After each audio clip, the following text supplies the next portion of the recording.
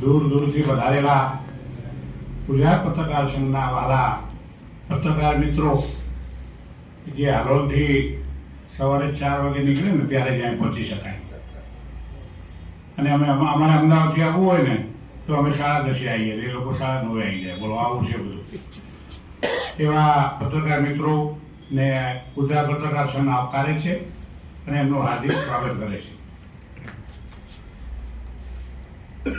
આ પ્રસંગે ઉપસ્થિત મંચસ્થ મહાનુભાવોમાં આપણા વરિષ્ઠ સાહિત્યકાર, પત્રકાર અને ગુજરાત પત્રકાર સંઘના ભીષ્મ પિતા સભા એવા વેલફેર ટ્રસ્ટમાં જેમને કાયમ માટે સેવા આપી અને અત્યારે હાલ નામ ચાલુ છે, જગદીશભાઈને નવા નિમ્યા છે, પણ એમને હજુ માર્ચ મહિના પછી આપણે એમની રાજી ખુશીથી રહેવા દેવાના. બરાબર,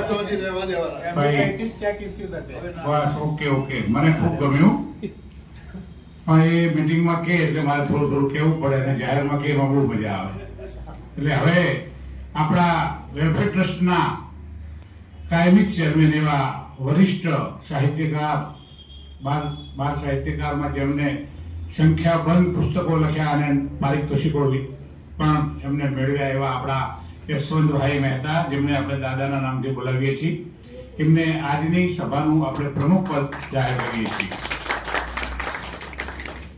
ગુજરાત પત્રકાર સંઘના આદરણીય પ્રમુખ શ્રી બાબુભાઈ પટેલ, બાબુભાઈ પ્રજાપતિ, જેમના ગુજરાત પત્રકાર સંઘની સ્થાપના થઈ ત્યારથી એમની માનદ સેવા જે છે કે અમે તો જોઈ છે, જાણી છે અને અનુભવી પણ છે, એવા આપણા ગુજરાત પત્રકાર વિસનગરથી જયેશભાઈ વ્યાસ, એમના પિતાજી પણ ઉપપ્રમુખ હતા અને એમને પણ ઉપપ્રમુખ તરીકે આપણે હમણાં જ નિયુક્ત કર્યા એવા જયેશભાઈ વ્યાસ, જગદીશભાઈ બ્રહ્મભટ્ટ, જે કાયમ માટે ઘણા વર્ષોથી અમે સાથે છીએ અને અત્યારે હાલ પણ ભાઈ દીક્ષિત, અને હમણાં જ અમે તાજેતરમાં 8મા મહિનાની અંદર વિરમગામ માંડલને દેવલોક તાલુકાનું સ્નેહ મિલન સમારંભ યોજ્યું અને એ વખતે એન્કર તરીકે પ્રશંસનીય અને સુંદર સેવા આપી એવા એક સાહિત્યકારને આજે હું લઈને આવ્યો છું. આપણો કાર્યક્રમ વિધિવત શરૂ થાય અને ત્યાર પછી એમને આપણે સાહિત્યનો પણ થોડો લાભ લેવાનો છે, થોડો લાવો લેવાનો છે. એવા મારા પરમ મિત્ર શ્રી ભરતભાઈ પ્રજાપતિ, તે વરિષ્ઠ સાહિત્યકાર છે અને ડાયરાના એક કલાકાર છે. આપણે સૌ આ બધા જનું હાર્દિક સ્વાગત કરી અને આનંદ અનુભવીએ છીએ. અને આદરણીય શ્રી ભરતભાઈને વિનંતી કરું કે 2 મિનિટની અંદર ગણેશ વંદના અને સરસ્વતી વંદના કરે અને ત્યારબાદ આપણે આગળનો કાર્યક્રમ શરૂ કરીશું. કોઈ પણ કાર્યની અંદર ગણપતિ દાદાને યાદ કરવા પડે, સરસ્વતી માતાને યાદ કરવા પડે, એટલે કાર્યક્રમની શુભારંભ કરતા પહેલા આપણે ગણેશ વંદના અને સરસ્વતી વંદના 2 મિનિટની અંદર શ્રી ભરતભાઈના સ્વમુખે સાંભળીએ. શ્રી ભરત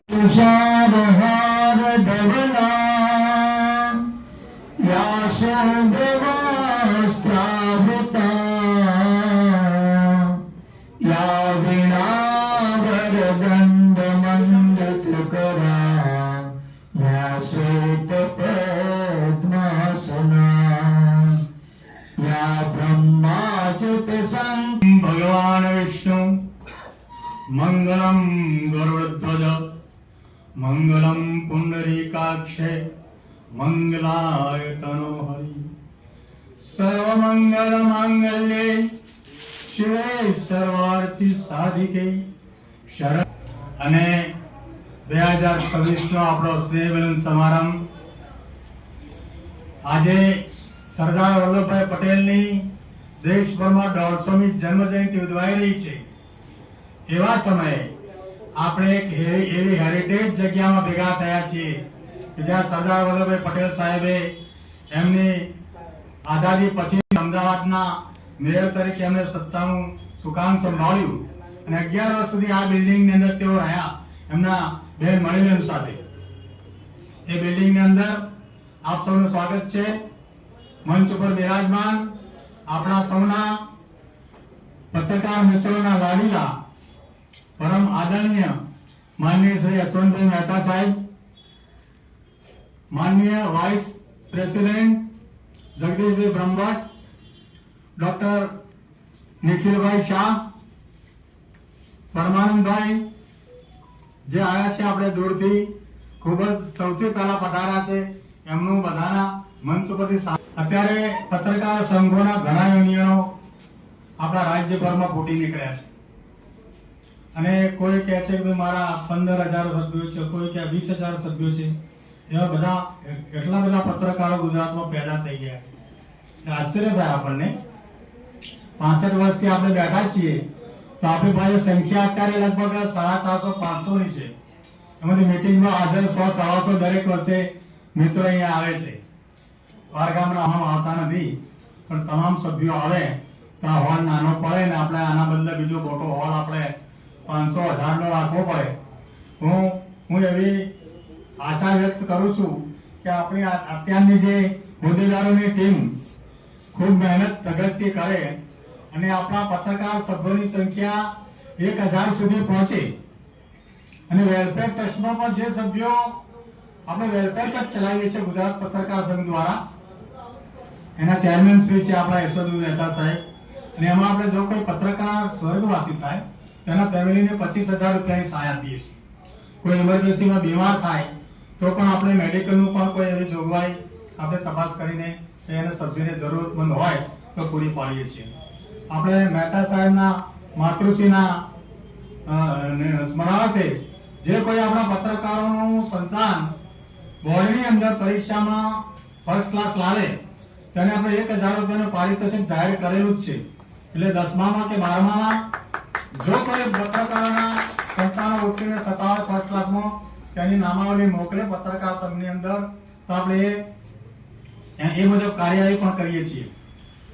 બીજું, જે આપણે આટલા વર્ષો સુધી કામ કર્યું છે એના ફળસ્વરૂપ જે આપણે પત્રકારોનો ધર્મ શું છે એ બતાવવા માટે આજ સુધી આપણે પ્રેરિત કર્યા છે. જે યશવંતભાઈ મહેતા સાહેબ જેવા અહીંયા કુમારપાળ દેસાઈ છે, ચંદ્રકાંત મહેતા છે, એવા પત્રકારો, વાસુદેવ મહેતા, નરભેરામ સદાવર્તી, આ બધી આપણી એક પાયાની ધરામાં રહ્યા છે ગુજરાત પત્રકાર સંઘના, અને એમના આદર્શો અને સિદ્ધાંતો મુજબ પત્રકાર સંઘ કામ કરી રહ્યું છે.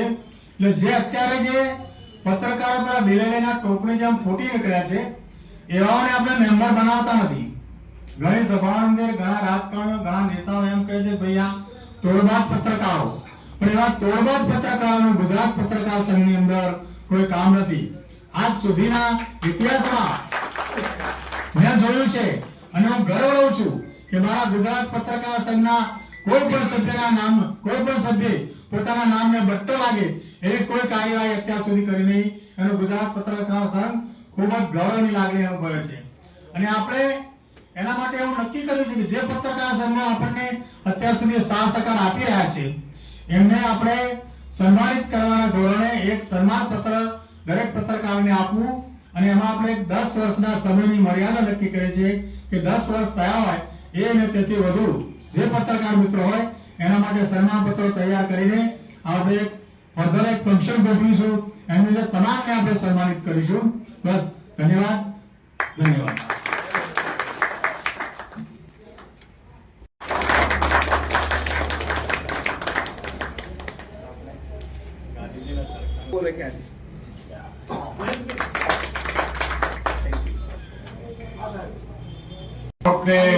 આપણે એવું નક્કી કર્યું છે કે 100 રૂપિયાનો ફૂલ હાથ લાવીએ એટલે મંચસ્થ મહાનુભાવો 10 હોય તો 1,000 રૂપિયા થાય. વાસ્તવમાં એક કેમ્પેન જ ચાલે છે. હા, અને મને લાગે છે મોરારી બાપુ પણ એમાં સંમતિ છે. એ ફૂલને બદલે પુસ્તક આપો. અને એટલે આપણે ઓકે ઉપપ્રમુખ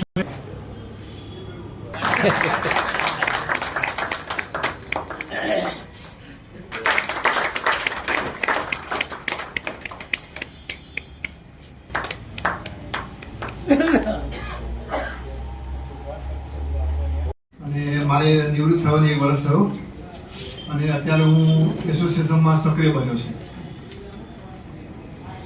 હવે મંચ પર બેઠા મહાનુભાવોને હું પ્રણામ કરું છું. અને જ્યાં સુધી મારી પુસ્તકની વાત છે તો યશવંત દાદાને અમે તો 25 વર્ષ પહેલા મારા બાળકો નાના હતા ત્યારે હું દિવ્ય ભાસ્કરમાં એમની સ્ટોરી ટેલિંગનું હતું ત્યારે હું લઈ જતો હતો. ત્યારનો હું ઓળખું છું અને આજે પણ ત્યારે મેં જોયા હતા અને આજે જોઉં છું. તો એવા જ લાગે છે.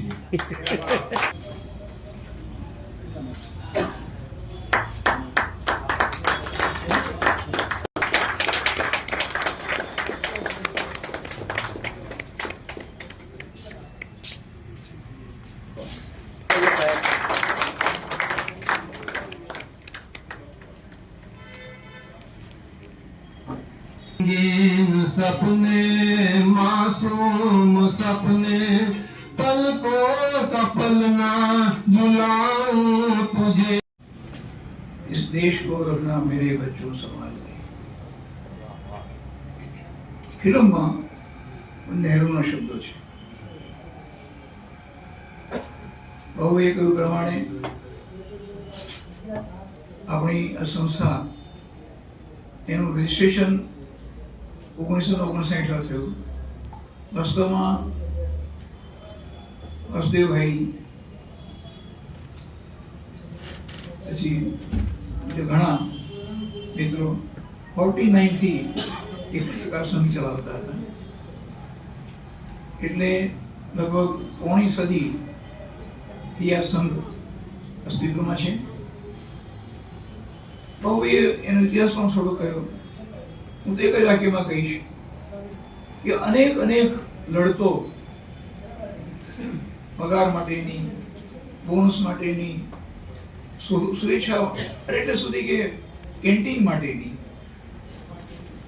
ચિત્રકાર હોય એને ચિત્રકાર માટેના બોર્ડ માટેની અનેક પ્રકારની લડતો લડ્યા. એના બધા સેનાપતિઓના પણ એમને યાદ કર્યા. સૌથી વધારે બહાદુર સેનાપતિ હતો આપણો નિરંજન. આ બધા પછી આજે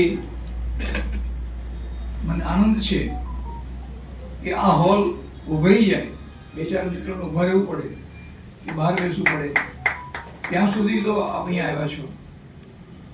અને નટુભાઈએ એક દાખલો બેસાડ્યો કે એમના તાલુકા અને જિલ્લામાં, એમની આજુબાજુના તાલુકાઓમાં એમણે આટલા બધા મેમ્બરો પત્રકારો તરીકે નોંધ્યા, જિલ્લે નોંધાય. કારણ કે આખરે સંઘે શક્તિ કલયુગે, કલયુગમાં સંઘ એ જ શક્તિ છે આપણો. પણ સાથે સાથે માત્ર સંખ્યા પૂરતી નહીં બને. આપણી સંખ્યા ઇફેક્ટિવ એટલે અસરકારક પણ બનવી જોઈએ. આપણે કેટલા વર્ષોથી વાત કરી રહ્યા છીએ કે આજે આપણને જગ્યા મળેલી છે તો કપાતમાં જાય છે. એને બદલે એક વૈકલ્પિક જગ્યા, મને બરાબર યાદ છે કે એટલે સુધી કે એકવાર સીએમને પણ રજૂઆત કરવા માટે ગાંધીનગર ગયેલા. અને પછી તમે પ્રતિજ્ઞા લીધેલી છે કે આ લોકો મુલાકાતી જાઓ નહીં.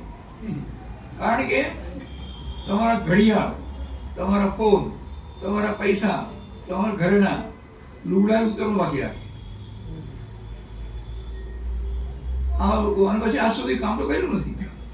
દાયકાઓ થઈ ગયા, વાત નહીં કદાચ એકાદ દાયકો થઈ ગયો, 5 વર્ષ થયા જ હશે.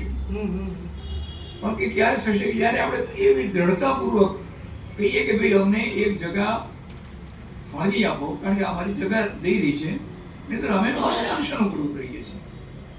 અથવા એમ પણ કહીએ કે તમારા સમાચારોનો બહિષ્કાર કરીએ છીએ, કારણ કે આખરે આપણે તો સમાચારના વેચનારા છીએ. પણ કંઈક આપણે જો ચમત્કાર નહીં દેખાડીએ તો નમસ્કાર નહીં થાય. આ યુગમાં કે કોઈ પણ યુગમાં ચમત્કારથી જ નમસ્કાર છે. બસ મારે વિશે કંઈ કહેવું નથી.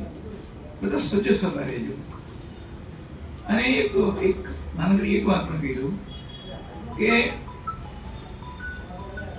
વારંવાર મેં કહ્યું છે કે સાપ્તાહિક જિલ્લા કક્ષાનું કે તાલુકા કક્ષાનું, આપણાથી ઘણા ખરા હું જાણું છું કે તાલુકા કે જિલ્લા કક્ષામાં કામ કરનારો છું, એનું સ્વરૂપ કેવું હોવું જોઈએ એમાં